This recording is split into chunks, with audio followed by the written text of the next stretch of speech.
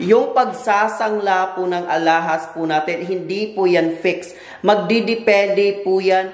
Hello mga kamex! Welcome back to my YouTube channel. Arnel Villarin is back for another video po mga kamex. At kung bago ko pa lang dito sa channel ko, huwag kalimutang mag-subscribe and hit the notification bell para updated ka sa mga latest ng mga videos.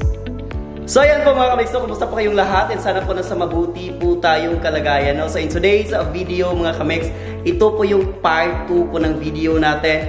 Yung pagsasangla po natin ng mga gintong alahas po mga kamex. Yung part 1 po natin is doon po yan sa may Cebuana Villiers. Ngayon po ang ibabahagi po natin is yun na mga Palawan Pawn Shop po mga kamex. Okay? Sa Palawan Pawn Shop po, meron po silang 3% po na interest rate po mga kamex. Okay? Tingnan po natin, kumustahin po natin kung magkano ba yung ngayon yung sanglaan po ng mga gintong alahas doon po naman sa Palawan Pawn Shop. O niya, magsugod na yung tanin ito padugay-dugay mga kamex. So may dugaya na to. Okay? So magse-select lang po tayo mga kamex ng mga alahas po na ibabahagi po natin mga kamex kasi sa sobrang dami ito. Ito po yung lahat na nasangla ng mga alahas mga kamex doon po sa Palawan Pawn Shop. Ilang alahas po, hindi ko na siya. Basta medyo madami-dami ito mga kamex kasi hindi lang ito sa akin, pati sa kapatid ko kasi mahiram din sila sa akin. So pinahiram ko sila ng alahas para magamit yung pera so silang laso. Sila na po yung nagtutubo. So isi-share ko po sa inyo mga kamex yung mga ibang alahas. Hindi na natin lahatin para hindi humaba yung mga video po natin kasi medyo madami-dami siya. Okay? So sa Palawan Pawn Shop po mga kamex, ang requirements po nila kapag nagsangla po tayo ng mga alahas po is one valid ID lang po mga kamex yung hinihingi nila, isang contact number po. Tapos ang kagandahan po sa Palawan Pawn Shop, hindi ko lang alam doon sa ibang mga pawn shop po mga kamex, meron po silang suki card. So meron pa yung certain points siya, ibabawas po nila sa ano natin, kapag nagtubo po tayo ng mga alahas po mga kamex. And sa ano po, sa Palawan Pawn Shop po, medyo hindi po mataas yung percentage po ng alahas po. This is only 3% po mga kamex compare doon sa Cebuana Villiers na 4%. Malaki yung kuha doon po sa Cebuana Villiers compare dito sa Palawan Pawn Shop. Pero malaki din po yung interest rate. Ganun lang po siya. Mag-uumpisa na po tayo mga kamex sa unang alahas na ibabahagi po natin. No? So this is, lahat ng alahas na binabahagi po natin is Saudi gold. Okay? This is 21 karat po mga kamex. This is ring na alahas. Ang nakalagay dito is 1 piece YG band ring. So ang ano niya po, ang gramo niya po is 2.7 grams. So ang Palawan Pawn Shop po is may 3% po siya na interest po ng alahas. Okay? So ang tanggap po nila ng alahas is 8,900 pesos. Okay? So may nakalagay po yan sa gilid po natin mga kamex sa computation kung paano. Okay? So yung 8,900 pesos mga kamex, i-divide mo lang siya sa gramo ng alahas which is 2.7 grams. So nangangahulugan po mga kamex, ang kuha po nila sa alahas natin na 2.7 grams na may 3% po na interest rate. Ang per gramo po is 3,296 pesos po mga kamex. At pa po yung mga other charges po, nandito po yan sa resibo or sa patura. So meron po yung mga other charges, service charges, and so on and so forth. So ang nakuha na lang po natin na amount doon is 8,806 pesos po mga kamex. Proceed po tayo mga kamex sa pangalawang alahas po na ibabahagi po natin. So may script po tayo dito na hawak-hawak para hindi po tayo magkamali. Okay? So yung alahas po na ibabahagi po natin na pangalawa, this is 21 karat po na mga alahas po mga kamex. This is bracelet o yung tinatawad natin na link bracelet po mga kamex. So maganda po ito na alahas kasi matibay siya and medyo solid siya ng kaunti or solid po talaga siya. Okay? So yung alahas po natin is 3.10 grams. Okay? Nakasunod ba kayo? Yung alahas po natin, ulitin ko po, 3.10 grams po mga kamex. Tapos ang kuha po ng Palawan Pawn Shop po sa alahas natin, 10,200 pesos. So, 10,200 pesos yan mga kamex. I-divide mo po yan sa gramo ng alahas which is 3.10 grams.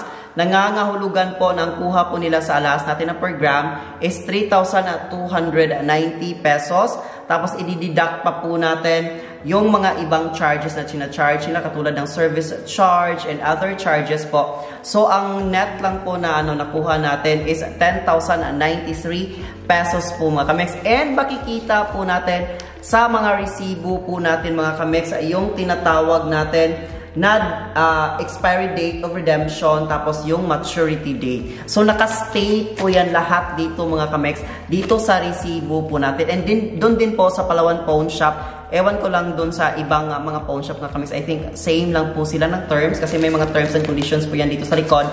Kapag nawala na po ninyo yung mga resibo po mga kamex, mag-ano pa po tayo, mag-process po tayo ng affidavit of loss. Tapos yun, ipapanotaryo po natin. So, dagdag gastos na po. So, dapat iniingatan po natin yung mga resibo po natin.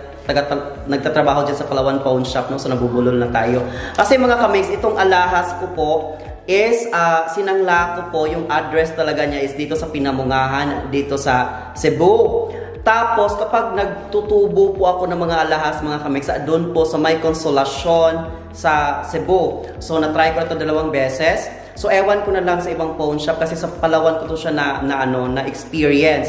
So, ang ginagawa po nila mga kamex, tinatawagan po nila or I think ini-email po nila yung branch po kung saan ka nagsangla.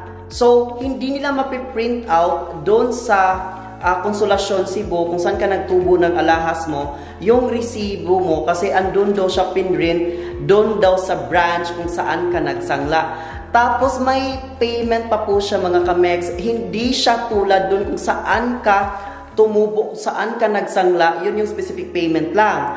Kung dun ka sa ibang branch, magbabayad ka po ng service charge amounting to 15 pesos. So, ganun po siya. Yun lang ang yung naanuhan ko lang sa Palawan Pawn Shop kasi hindi pa sila centralized ng bakit kailangan pa nating magbayad. Ganun lang or ganun lang talaga yung way nila. So, please po tayo mga kamex dito po sa pangatlo po na alahas na ibabahagi po natin sa video na ito. So, this is 21 karat pa rin na alahas. So, nasa screen po natin yung details. So, ipapump up pa rin po natin. Pop up pala.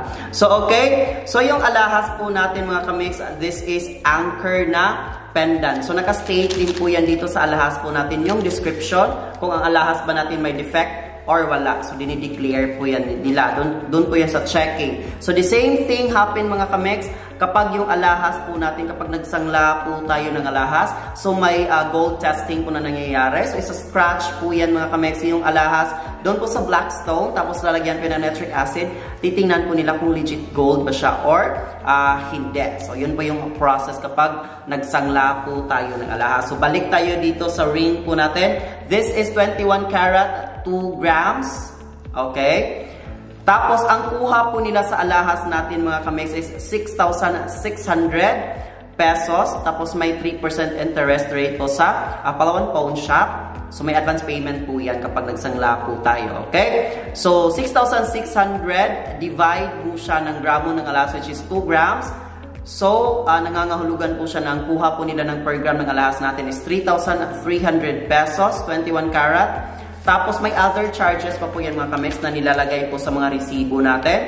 So, dito na po tayo natatapos and sana po nasiyahan po tayo sa video na binahagi natin ngayong araw mga kamex or may natutunan po tayo na sa video na binahagi po natin. Sana po meron kayong natutunan. Okay? Alright? So yung mga kamex, yung pagsasangla po ng ginto natin dito sa Pilipinas mga kamex. So this is the part 2 of the video. So tip lang mga kamex, kapag nagsangla po kayo ng gintong alas mga kamex, sabihin niyo po sa appraiser po kung sagad na ba yung pagsangla po ng alahas kasi kung malaki po yung pera na gagamitin po natin, so sabihin nyo na sir, pwede ba isagad yan para push na, okay, pero mataas po yung interest kapag sinagad po.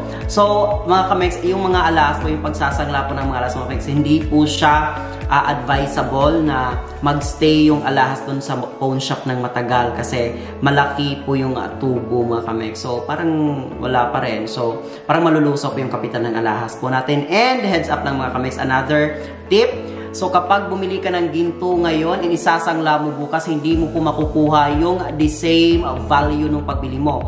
Kasi ang investment po or yung pagbili po ng ginto tapos isasangla mo agad, hindi po yan a wise thing mga kamex. So malulugi ka lang. So yung mga alahas po mga kamex, medyo nakuha ko na po yung capital niyan kasi matagal na po yan na mga alahas. So carry lang siya, okay lang. So ganun mga kamex.